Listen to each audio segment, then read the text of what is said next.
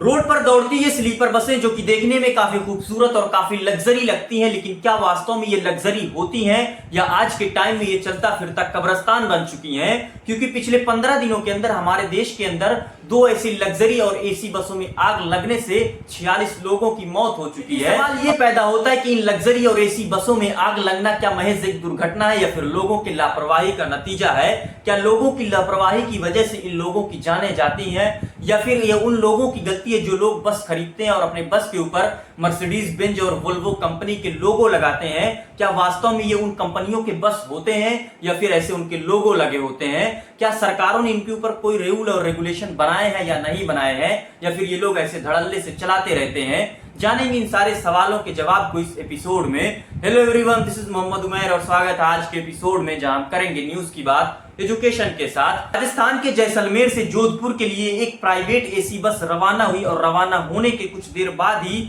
बस के पिछले हिस्से से धुआं निकलने लगा, जो बाद में ये पाया गया कि उसकी एयर कंडीशनिंग सिस्टम में शॉर्ट सर्किट हुआ और जिसके कारण पीछे से धुआं आ रहा है। ड्राइवर जैसे तैसे करके बस को रोकने में कामयाब रहा, लेकिन जब तक बस रुकती बस पूरी तरह से आग की चपेट में आ गई थी। लेकिन सबसे दुर्भाग्य की बात यह है कि उस बस में सिर्फ एक ही इमरजेंसी एग्जिट विंडो थी और जो इमरजेंसी एग्जिट विंडो थी वो भी जाम थी, जिसके कारण यात्री उसके अंदर फंस गए और जल करके खाक हो गए। रिपोर्ट के अकॉर्डिंग जो यात्री जले हैं उनको पहचानना मुश्किल है, उनकी लाश को पहचाना नहीं जा सकता कि ये कौन लोग हैं जिस तरह से वो लोग जले हैं। और बाद में जब ये पता चला कि भाई ये जो लोग जले कैसे, यानी कि इस बस में आग कैसे लगी, तो ये पाया गया कि पीछे शॉर्ट सर्किट हुआ, जो कि पहले अभी मैं आपको वीडियो में बताया हूं।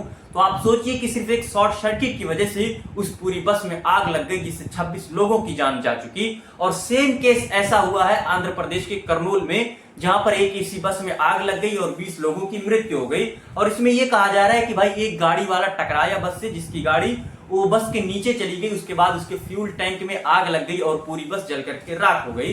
अब सवाल ये पैदा होता है कि अगर हम इसको एक दुर्घटना माने तो वह अलग बात है, लेकिन ये एक दुर्घटना नहीं है, ये लोगों की लापरवाही का नतीजा है। वो कैसे, मैं आपको बताता हूँ। राजस्थान की घटना से आप इस चीज को डिकोड कर सकते हैं कि राजस्थान में जिस बस में आग लगी थी उस बस की बाद में जांच की गई और जांच में ये पाया गया कि ये जो बस थी वो नॉन एसी बस के रूप में रजिस्टर्ड थी, लेकिन इन लोगों ने अपने फायदे के चक्कर में, अपना पैसा कमाने के चक्कर में, अपना मुनाफा कमाने के चक्कर में उसे एसी में मॉडिफाई करके उसको चला रहे थे। और बाद में जांच में ये भी पाया गया कि इनके जो बस की बॉडी थी, इनके बस का जो छत था वो एंटी फायर था ही नहीं, जिसमें आग लगने के चांसेस ज्यादा होते हैं। और ये भी पाया गया कि इनके जो बॉडी कोड होते हैं, यानी बस के जो बॉडी कोड होते हैं, उसका भी ये लोग उल्लंघन कर रहे थे।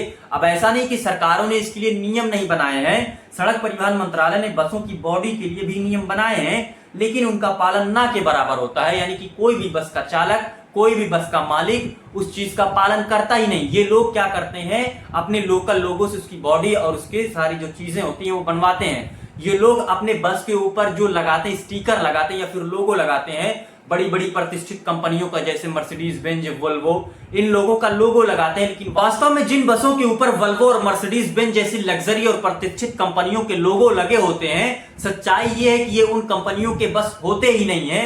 ये जो लोग बस खरीद के लेके आते हैं, उन लोगों के बस लाते हैं जिसमें सिर्फ इंजन और चेचिस होती है, बाकी की सारी चीजें, चाहे उसकी बॉडी, उसकी सीट, उसके कर्टन, उसकी एसी की वायरिंग, उसके चार्जिंग पॉइंट, सारी की सारी चीजें ये अपने लोकल लोगों से बनवाते हैं।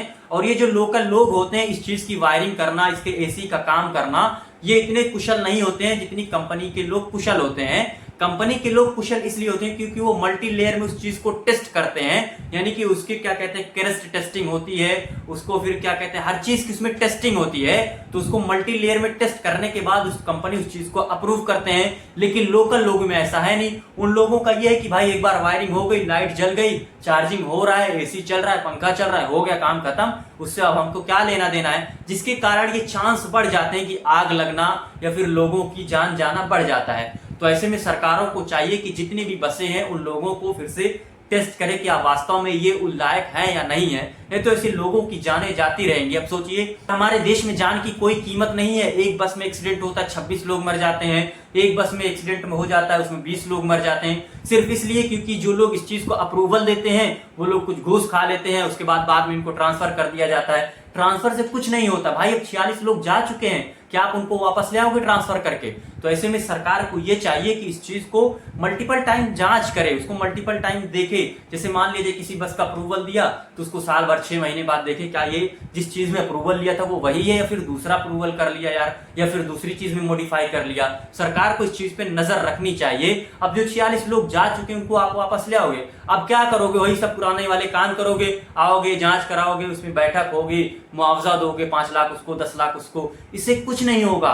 जिनके घर के लोग जाते हैं उनसे पूछिए कि जान की कीमत क्या होती है। तो ये था आज का ये हमारा एपिसोड। आई होप आपको पसंद आया होगा। मिलते हैं नेक्स्ट एपिसोड में, तब तक के लिए जय।